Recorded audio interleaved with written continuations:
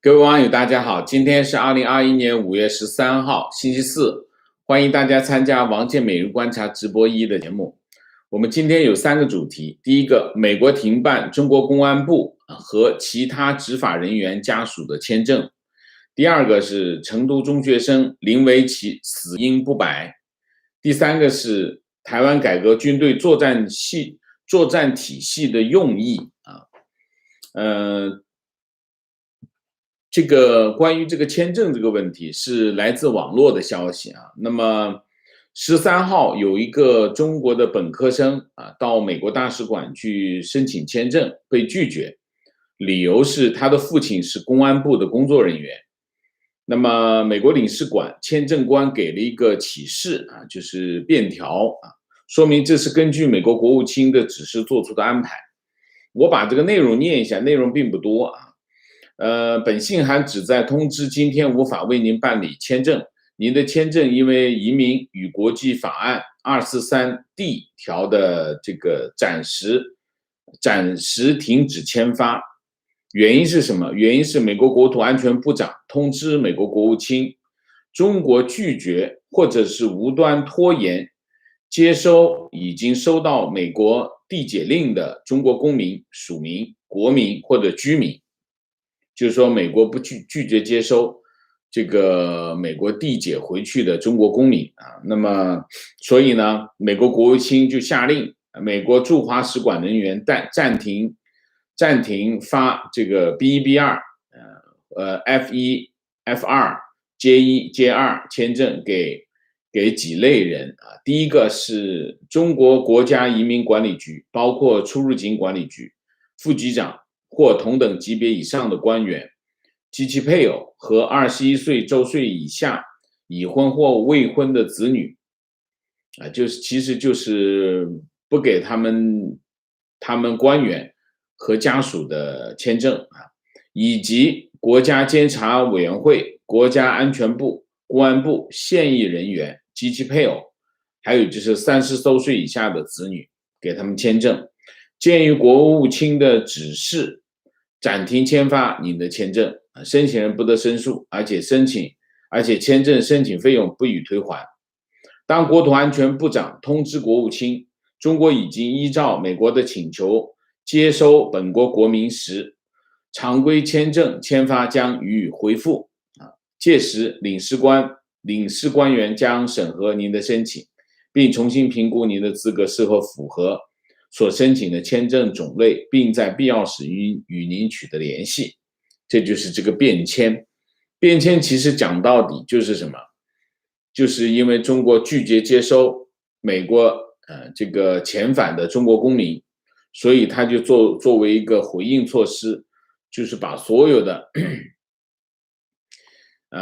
出入境管理局、国家监察委、国家安全部公安部，国家监察委就多了，这个人就大了这个国家监察委基本上就是所有中纪委的人员都去不了，因为中纪委的人员同时又是国家监察委的人员所以他们是一套人马2个招牌，那基本上很多的执法机关都去不了的那么中国外交部发言人华春莹回应这个他说我刚刚看到有关信息，我的同事给我打印了一份美国签证提醒上写道，上述身份人员子女入读美国学校暂停发放签证我想这是个很好的例子，证明美国出于政治原因人为破坏中美两国正常人员交往，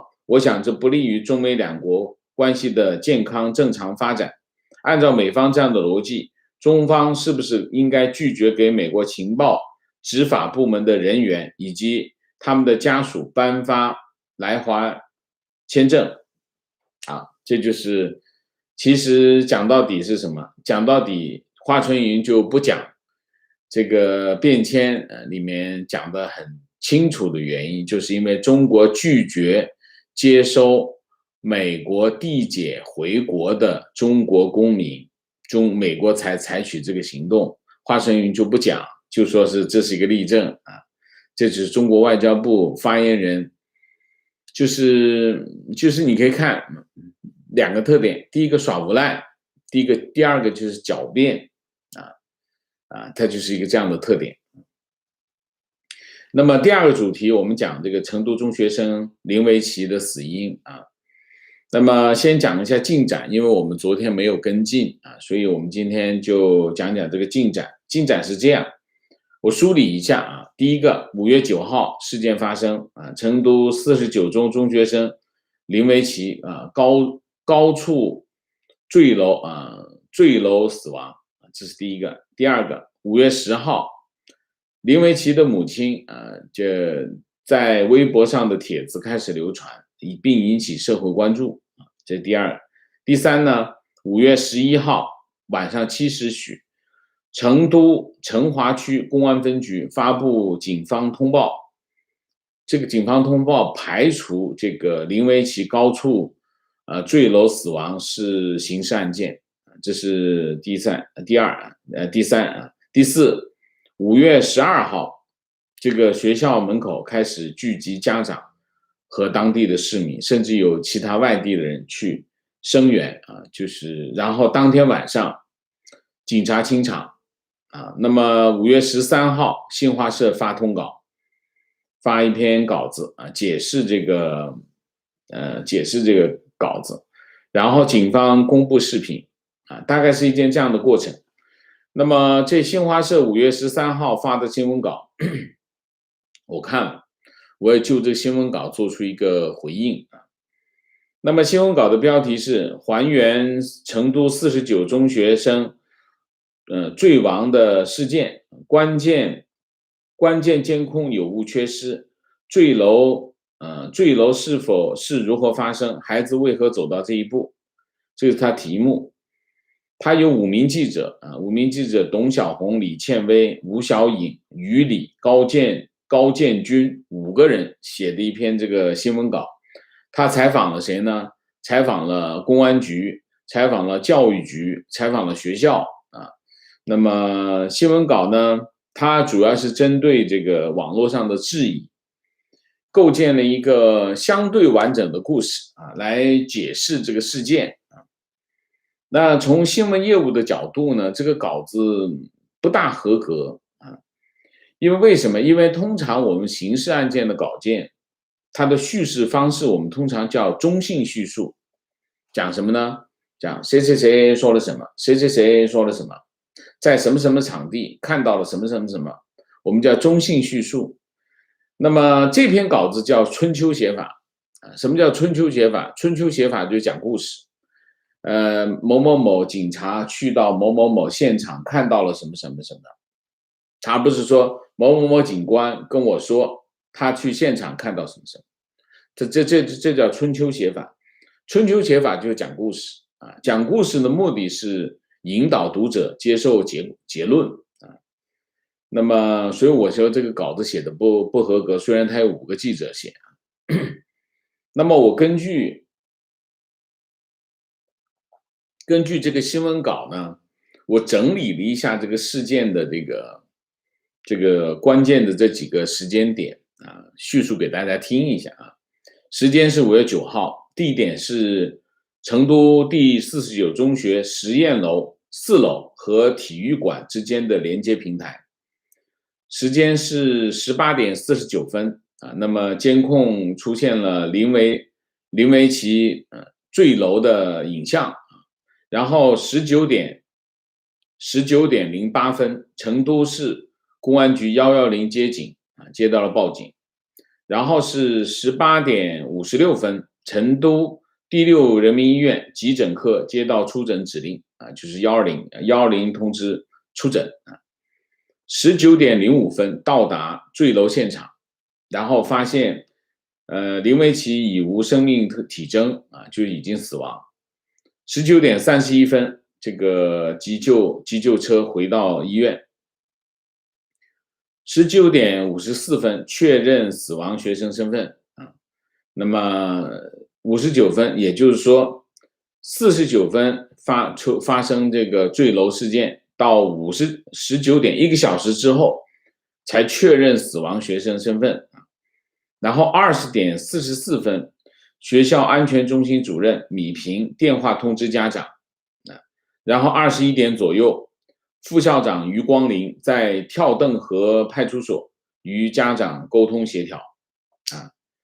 那么现在有几个问题啊，就是说这篇稿子呢，有没有它主要的任务是回应这个网络上的质疑啊，那么主要还是回应这个林维奇家长的这个质疑。他有几个质疑啊，我念给大家听一下。林维奇家长从警方得知，儿子在救护车晚上8点到达学校的时候就已经停止了心跳，没有送医院，而是直接送去了殡仪馆，这是第一个。第二个，在死亡的当晚，这个林维奇的家长父母在学校门口守到深夜，希望去现场，也希望见到学校的领导，但是校方都没有正面回应他，一直到晚上深夜。这是第二个。第三个，关于监控录像的部分，当天没给他们看，第二天让他们去看，然后就是关键的事发那一段没有监控啊，就是说没有影像啊，这是第三个。第四个就是学校的学生在网上说，他们学校警告他们不能够乱讲话啊，如果发表意见就会被面临取消高考资格的风险。这有几个方面的质疑啊。那么这个文章有没有回答这些问题？有一部分回答，有一部分没有回答。我梳理了一下啊，大概有几个问题。第一个问题，2个小时以后才通知家长啊。那么这个文章里面讲的是什么呢？讲的是因为这个老师没有带手机，所以他们找连通讯录各种方式，所以拖了2个小时。这讲得过去吗？当然讲不过去。现在学校对家长的联系不是一般的紧密，好吗？啊，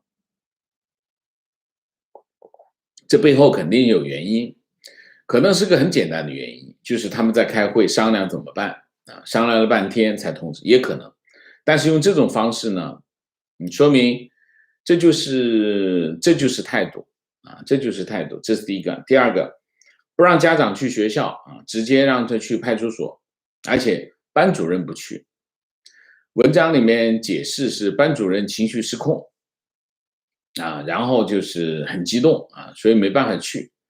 然后而且他在后面还用另外一个场景来解释他，说这个班主任一见到这个家长啊，就完全已经瘫软了，是非常激动啊等等。我不觉得中国人有什么没见过啊，所以这个解释得通吗？也解释不通。我知道他想的是什么，从管理的角度，不想让当事人出现在现场，让这件事情失控，可以理解。但是用这种方法来解释呢，说明什么？说明他在隐瞒，还是在隐瞒真相啊？就是他不想告诉你真实的情况，整个的故事他在讲另外一件事情啊。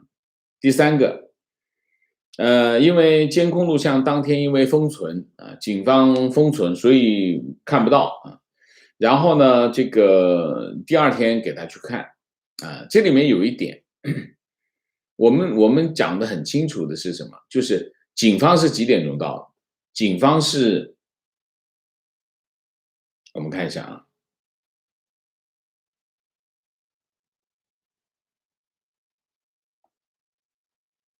警方是19点，就是7点08分接警，也就是说他7点08分以后才到，才有可能到啊。那么你用这种方式来解释，而且你给他看这个录像视频，跟取证有关系吗？你非得封起来，你不能看吗？为什么不给他看？有什么理由？当然，这里面有一个说法，就是警察办案，那么所有的人都要退场啊，这可以理解。但是你用这种方式告诉别人，也不合理啊。这是第三个。第四个，遗体没有交代，整篇文章都没有交代这个救护车去了现场，然后他说回到医院，回到医院是什么意思啊？如果他当时回到医院的话，那这个林维奇的遗体是怎么处理、怎么安排，没有交代啊。然后就是说直接送火葬场，到底有没有送火葬场，有没有火化，情况怎么样，也没有交代。这是第四、第五。警察很快得出这个结论啊，排除刑事案件，但是他没有讲，没有跟家长，也没有跟社会公众交代，你为什么得出这样的结论？你的证据链条是什么啊？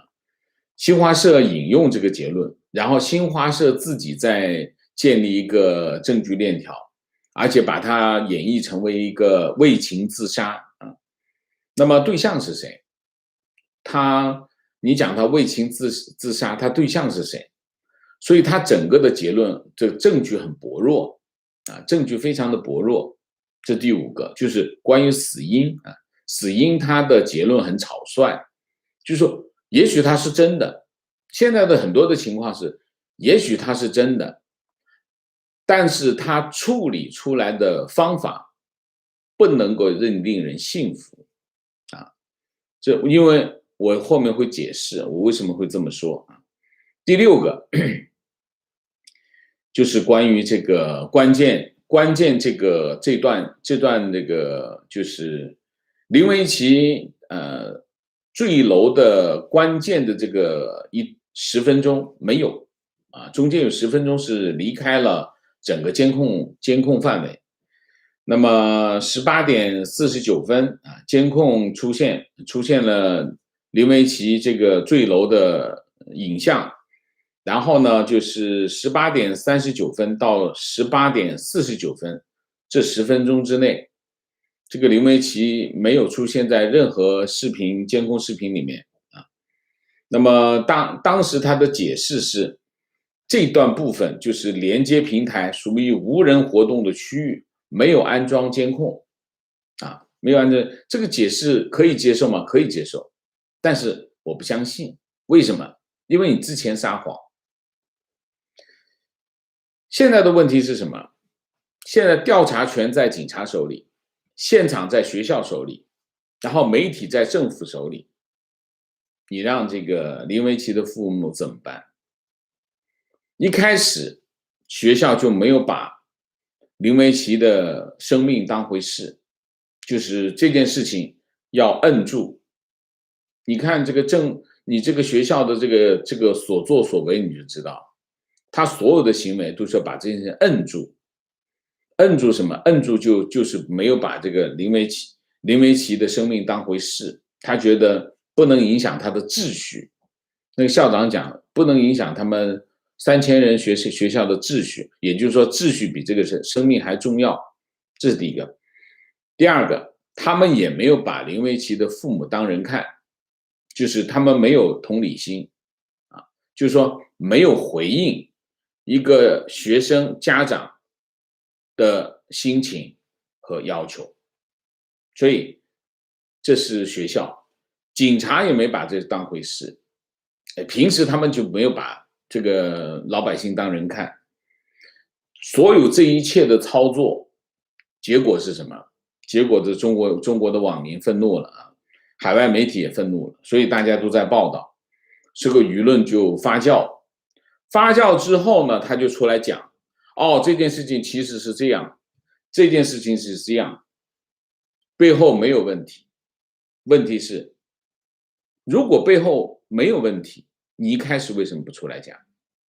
你一开始不可以坦坦荡荡的去面对家长做交代？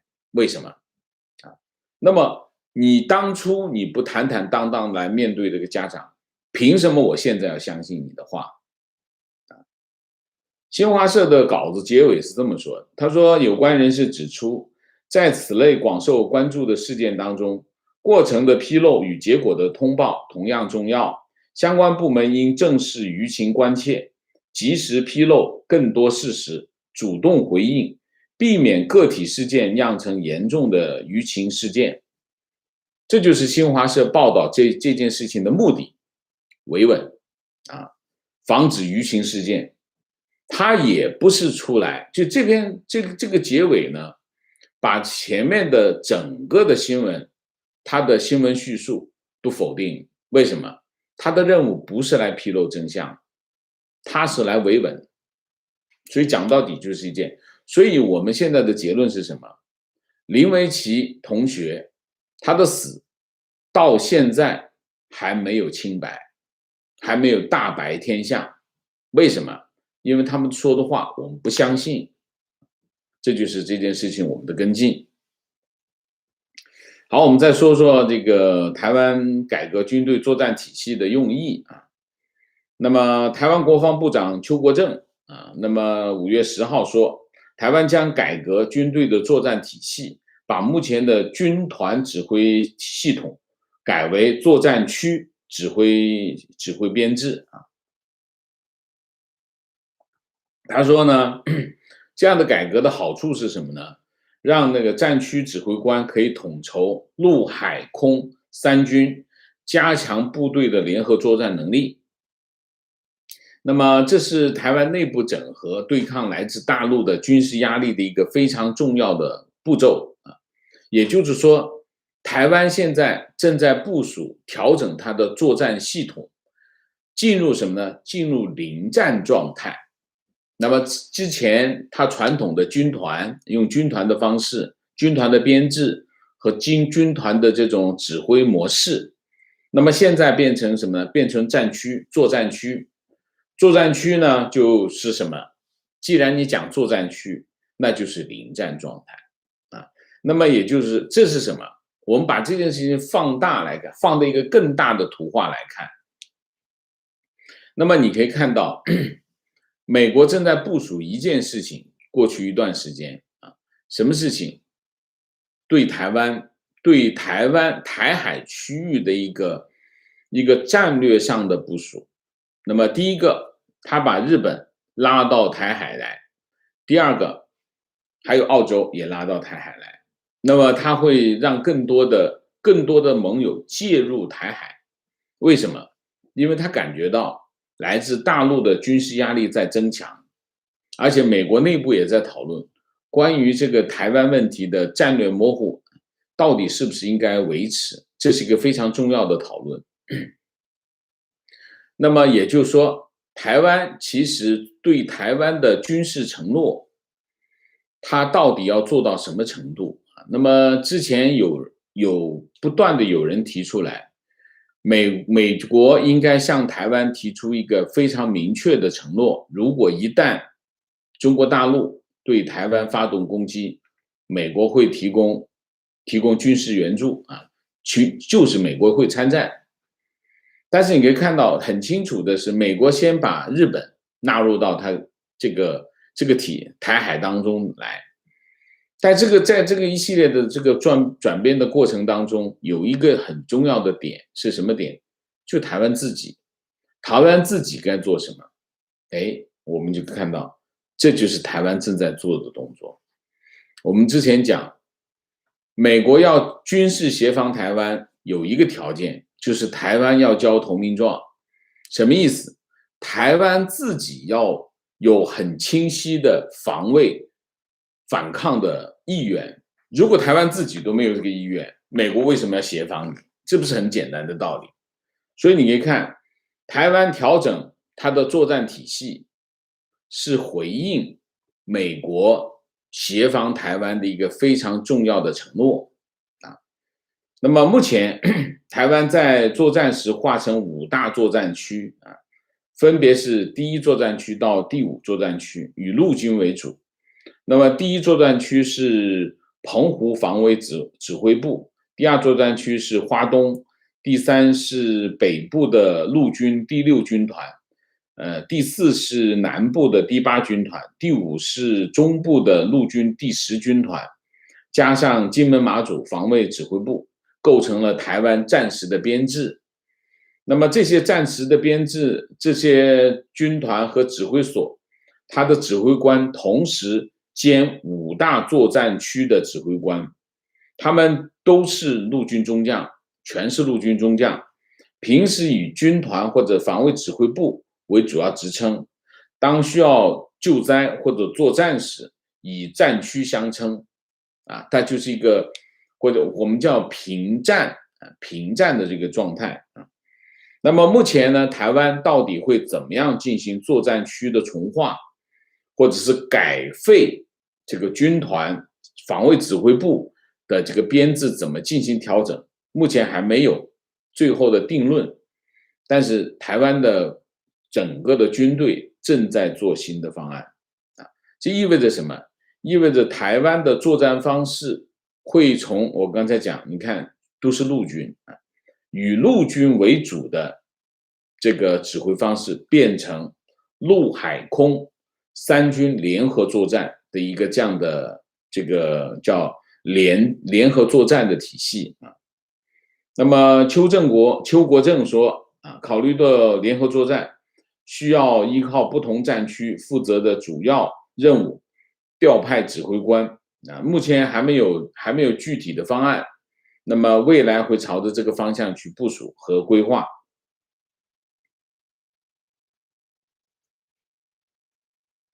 我们为什么要关注这个点？关注这个点的原因是在哪里？关注这个点的原因就是台湾要表达对美国协防台湾的一个承诺，就是说美国对台湾是个承诺就是它是一个政治承诺。那么同时它采取一个战略模糊，战略模糊就是我不说出不出兵，我也不说不出兵，也不说出兵，这是一个战略模糊。战略模糊的意图是保证美国在整个的台海区域当中，它具有一个战略灵活性，就是它不会捆绑，不会被两岸关系所捆绑这个很重要那么美国不被捆绑的话，它按照它当时的态势来决定它到底是不是出兵。如果一旦发生台海的军事冲突的话，所以在这个问题上很清楚的一点就是，美国虽然有对台湾的承诺，台湾也要对美国有承诺，这就是我们就讲就是叫投名状。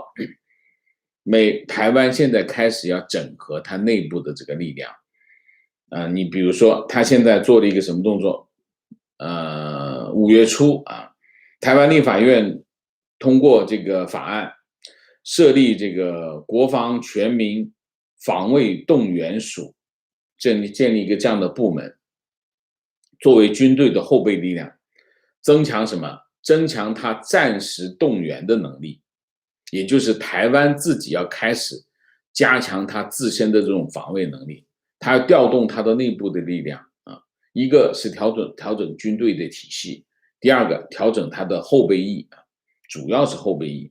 所以呢，从整体的形势来看，台湾开始慢慢的和美国这边配合起来，然后其实最核心的是什么？最核心的四国集团，四国集团很重要，在这件事情当中，四国集团也非常的关键。好吧，那我们就把这个台湾的这个改革它的军队作战体系向大家做一个分析和报告。另外呢，我们也梳理了一下这个成都49中这个中学生林维奇死因的一个来龙去脉，跟大家分析。另外就是美国停办这个公安部、国家安全部这个国家安全部国家监察委，还有移民局的官员和他的家属的签证那么暂停，原因是中国拒绝接收递解已经有递解令的中国公民，原因是这个。好吧，那我们今天的主题就讲到这里，我们下面进入互动。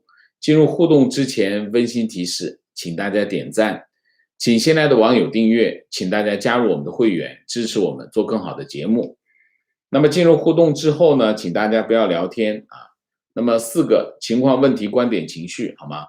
好，明谢Coach Potato， 谢谢 Jack 王，谢谢 Matthew Brave， 谢谢自由雕塑公园 CA， 谢谢观点看了公布的视频，想知道孩子的遗体还在不在？若在的话，检验一下手臂是否有刀擦划伤，因为监控各个角度看不到正脸，难以确认，并且缺了坠楼的那近10分钟的关键视频。要知道2013年成都就实现100%天眼覆盖，在老师办公的行政区有盲区不太可能。另外，孩子最后见过哪些人？是否有之前的经过和视频录像？为什么教育局先出通告和结论？这应当是警方的工作。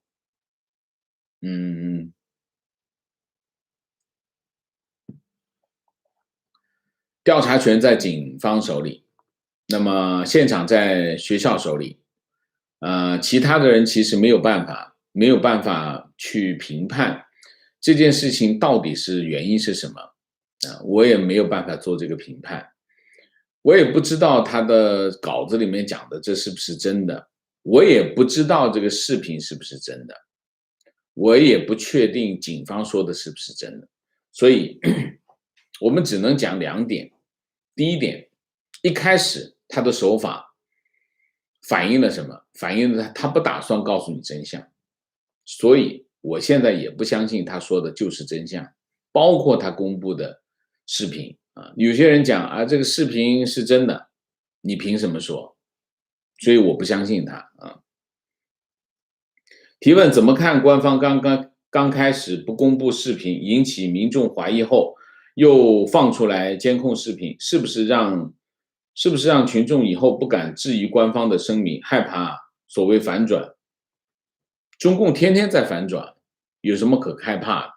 本来他一直就在反转，你说他不是反转，不是不断的反转吗？今天搞文革，明天再出一个关于历史问题的决议，然后习近平再把这个决议再翻过来，他不天天在反转吗？共产党最喜欢的就是反转。情况现在大陆公安有一种遗体兴奋源的说法，认为遗体会点燃死者家属和周围人的情绪，所以各个地方武装特警抢尸体就是为了消灭这个兴奋源，说到底就是恐惧人民的具体表现。中国各个执法部门天天做的事情就抢尸体，你可以看到到处都在抢尸体，包括那个叫什么，在那个死在天桥上面的也是在抢尸体啊，就是干这种事情。所以我不觉得我们需要帮助他去发掘真相啊，觉得发掘真相这件事情到现在我们没有条件去了解。我们可以把他说辞全部拿出来，我们来看看到底发生了什么，但是是不是真的我们不知道啊。有一点我们只知道一点，从一开始他就要掩盖真相，这是我们是知道的。情况：去年疫情期间，我父亲出车祸去世，我经历了林家一样的痛。我们需要的是真相和公平地说服我们的现实。然而，每一个鲜活的生命背后，仅仅是中共公检法系统暗地的生财上道。情况：我连着几天发了49宗的事情，微信今天被封了。我是个道教徒，但不在体制内。现在国内无论是什么宗教，只要是明面上都被渗透了。正常人生活在这种空气里真的很窒息。我不想用什么恶人恶报、前世不报后世报的心态自我安慰。本来是想去被请去喝茶，结果只是封号。我相信他们不会长久了。我希望大家充满希望，用正义的心去抗衡他们。观点：正常的死亡处理是120来了以后确认死者身份，确认报120的人和死者的身份和关系，然后开死亡证明，然后家属确认是直接去医院还是自己带走，自己带回家的，自己联系殡仪馆来拉人，殡仪馆接人要看死亡证明，没有死亡证明不能直接去火葬场。目前目前不知道在确认死者身份的情况下是怎么拉去火葬场。警车肯定不会拉尸体，也不说殡仪馆车子何时来拉人，反正不正常。情况，我家小孩在6年暑假时，他的同班不同同学、同级不同班的同学在家跳楼。事发后，班主任要求孩子不讨论、不外传此事，坐标北京排名至少前5的小学，校长是国内排名前3的心理系硕士。我们不是缺少专业知识，我们是对生命的冷漠。提问：49中学学生死亡事件，当时有很多谣言，比如说是化学老师谋杀。我发现后来一些宣扬是境外势力作祟的言论，就拿这些当武器。他们的武器还包括质疑请愿者的身份、口音、职业，进而是动机、立场。请问王老师，在这样一种泥沙俱下的后真相时代，我们的民意怎么表达？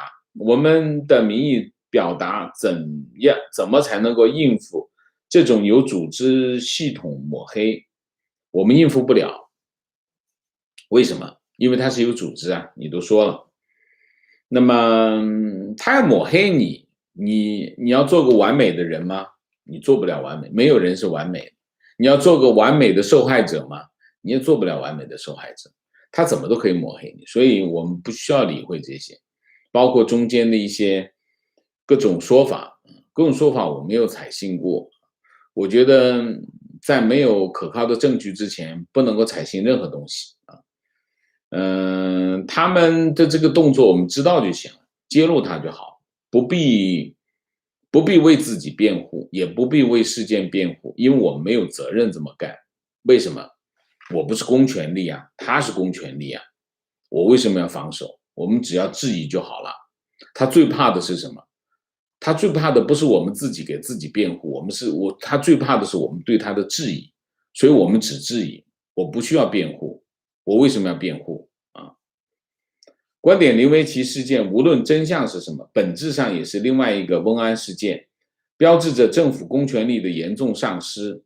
当政府丧失公信力，无论说什么，都会被人民质疑。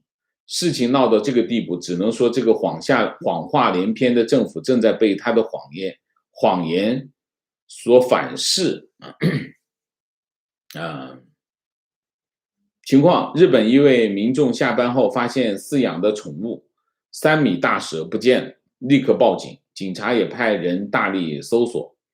媒体天天报道，要大家小心。都过了1周了，警察还在找那条蛇，媒体还在报道，这才是正常的国家，有良心的公民该有的动作。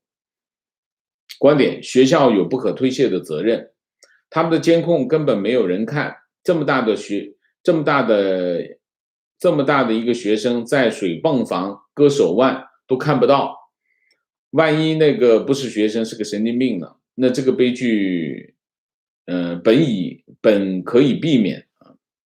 情绪：昨天和成都的一位发小讨论，没想到坚定的相信49中事件是颜色革命，并且义正辞严的说他爱国爱党爱人民没有错。我们谁都无法说服对方，最后大家不欢而散。我看他感觉是底层的韭菜，他看我是海外敌对势力，没想到洗脑已经到了这个地步。所以中国的问题其实最后是什么？所有的中国的问题闹到最后，政治解决，都是政治解决。政治解决是什么？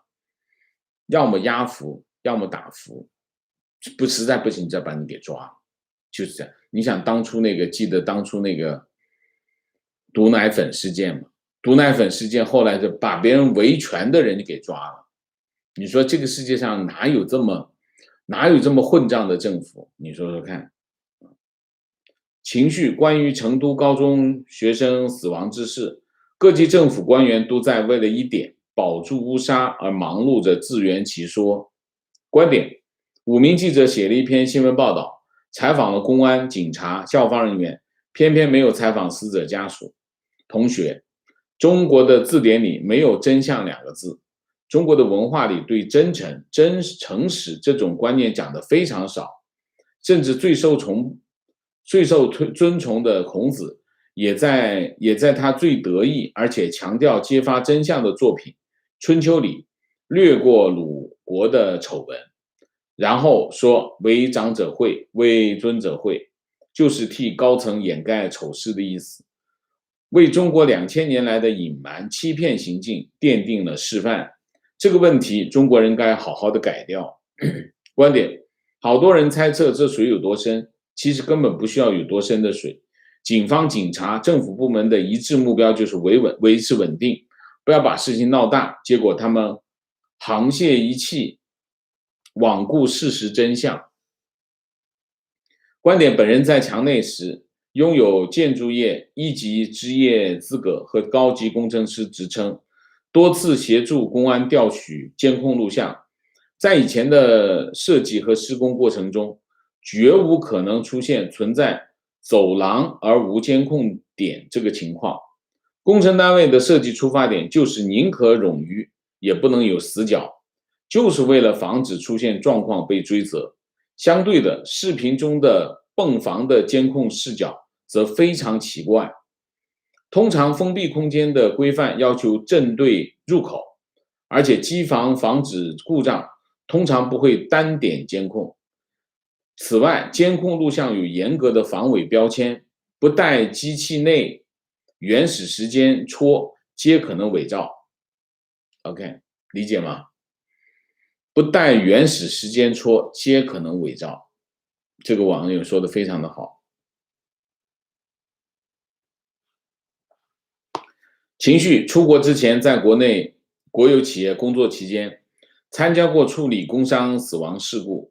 作为一线的技术管理人员，我们经过事故现场的查验和分析，对导致事故发生的原因很清楚了，因为涉及人员伤亡，所以在向上汇报时就得非常谨慎小心，一级一级报上去。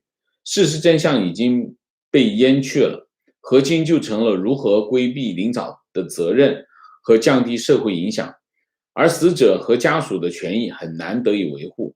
究其根本，还是那套制度的结构性缺陷和人性的冷漠。请问王老师，为什么中共要站在校方那一边？是因为和中共有关系吗？还是仅仅不希望培养民众追求真相的习惯？为什么要站在校方一边？因为他是教育局的呀，对吧？他是这个责任是什么？我们推导一下这件事情。首先，学校有没有责任？学校有责任，我把孩子交给你了，孩子在你们学校死了，你说我有没有责任？当然学校有责任，作为学校的管理单位，教育局有没有责任？教育局当然也有责任。教育局如果教育局负责监管这些学校啊，教育局有责任，政府有没有责任？政府也有责任呐，在你的管辖区死了一个学生啊，有没有责任？一定有责任。所以为什么一出这种状况，政府就很清楚的站在哪一边？他很明白，他不会搞错的啊。观点，我的启蒙始于抖音里的海外华人，他们一直在传播外面真实的世界，我也在墙内传播真相，并且致力于以通俗易懂的精炼词汇开启民智。希望各位网友对墙内的百姓心怀博爱，能发声的发声，帮帮那个可怜的母亲，非常的好。情绪，这次49中事件中去现场的年轻人，说明年轻一代还是有人没有对这类悲剧麻木。上学时，中学、大学遇到好几次学生非正常死亡，但每次都被维稳后没有激起什么水花，感觉很无语。情况，我是四川一所学校的老师，我们学校只要发生了任何安全事故，比如打架，学校第一时间是组织班主任去看监控，查找在场学生，让他们交手机、删视频、照片，让他们闭嘴。情绪，觉得现在墙内就像一个荒唐的犯罪现场，凶手肆意妄为，被害人无法反抗。围观的有敢怒不敢言，有的被帮凶洗脑洗得愚昧麻木。但无论是帮凶还是围观者，所有人都可能成为下一个被害者。墙内是一个让人绝望的孤岛。观点：我在实习的医院有一个学弟值夜班后一大早跳楼，掉下去撞在栏杆，断成2截，非常惨。据说原因是导师大骂学生，威胁不让他毕业。事后也是不让看视频监控，大学对家属百般阻挠，我们医院还不让我们说出去，说出去毕不了业。这就是为什么会出现这种情况啊。我朋友在清华大学上班，从他口中了解到，每年清华都有1、2个学生跳楼，但是新闻从来不报。就是这样，所以大家很有安全感，因为新闻从来不报。提问：很多港人觉得打疫苗是配合了政府想要的，因此不打。请问王老师你怎么看？当然应该打疫苗。打什么疫苗？当然不打国产疫苗。要打国产疫苗也不能打科兴疫苗。为什么？科兴没有批准啊。世界卫生组织批准了国药你去打，要么呢就打这个 BioNTech 的疫苗。所以当然应该打疫苗，打疫苗保护自己保护家人很重要。所以任何一个地方都应该去打疫苗，不管什么情况，不管什么理由，都要去打疫苗。打什么疫苗？打安全的疫苗，打世界卫生组织核准过的疫苗。提问：有中国朋友传现况给我，说目前大陆安好，因为只要有确诊者就直接全封，或者整个社区全部抓去隔离，不给时间准备。大陆就是这样慢慢控制下来。请问王老师，中国的防控真的是这样吗？就是这样，直接啪封住，不能进不能出，直接封起来啊，就是这样啊。那么问题是什么？问题是有些城市安排的好呢，那么大家关在家里吃喝问题不大。有些地方没安排好呢，那吃饭都是问题啊。观点：警察得出非刑事案件的结论，跟世卫得出极不可能实验室泄露的判断如出一辙，都是先做结论，再来找支持这个结论的证据。找不找得到证据并不重要，谎话继续掰。世卫现在还找不到武汉病毒的动物源头，因为这些动物根本就不存在。林同学亲身的证据也会是如此。观点：原始时间戳不是视频录像上显示时间，而是硬盘录像机软件后台写在视频文件属性里的时间。